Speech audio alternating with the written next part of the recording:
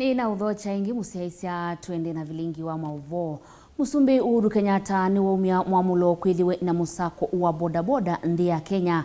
Mwamulo wiuka itina wa kiko cha mundumuka umwe kunyamaaw'a ona kuvikiia ngua ni atwai Bodaboda leluni wa Wangari Mathai musyini wa Ilovi.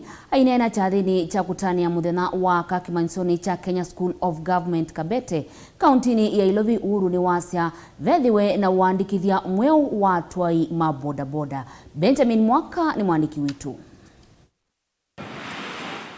Viasala wa Bodaboda kwa ivinda ingi nwethia katika wa Muvyu na Kilauni.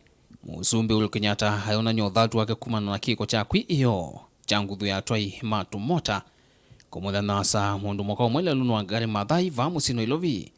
Niwaumya mwamulo Musako Muvyu twaiwe kukela mavuti ya nganganya viasala ni na oinge umya mwamulo atwai Bodaboda honthe maandikithwe ingi imbya.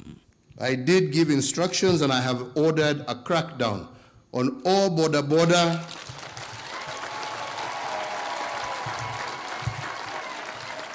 operators starting here in Nairobi and moving across the country. It is not a license for you to strip and remove dignity from our women. No. No. We want to work together with you. We want to help your business prosper. But you must also do your bit. Kwa sababu wateja wenu ni hawa wakina mama. Watakuwa wateja wenu kwa njia gani ikiwa nyinyi wenyewe mnawatokosea heshima vile mumewakosea? Ainene ya chathini cha kutania muthenya wa kutania mwaitu nthi yonthe na kila cha atwai va musyini Ilovi. President Kenyatta nwathingila kana ndena uthuna viasala ateo ivinda ni yevikie mitalatala mielu ya kuthukuma ithukumithio mbiki ya muthia.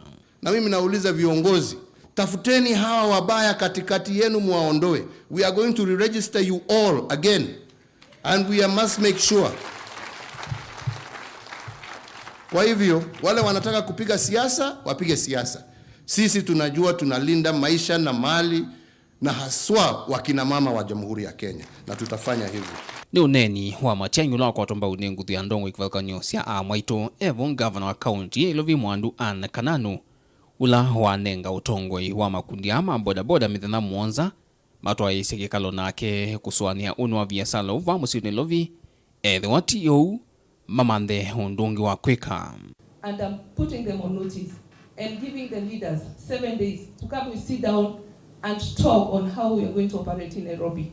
Kwa sababu hatutataka kuona watoto wetu wakiibiwa, magari zetu zinagongwa, tunanyang'anywa masimu, bodaboda zinatumika kufanya insecurities in Nairobi. I'm saying that Nairobi has to be orderly. Dilivoti ya vilingi wa mauvo kumava kaunti ni Ilovi, nyanita wa Benjamin Mwaka.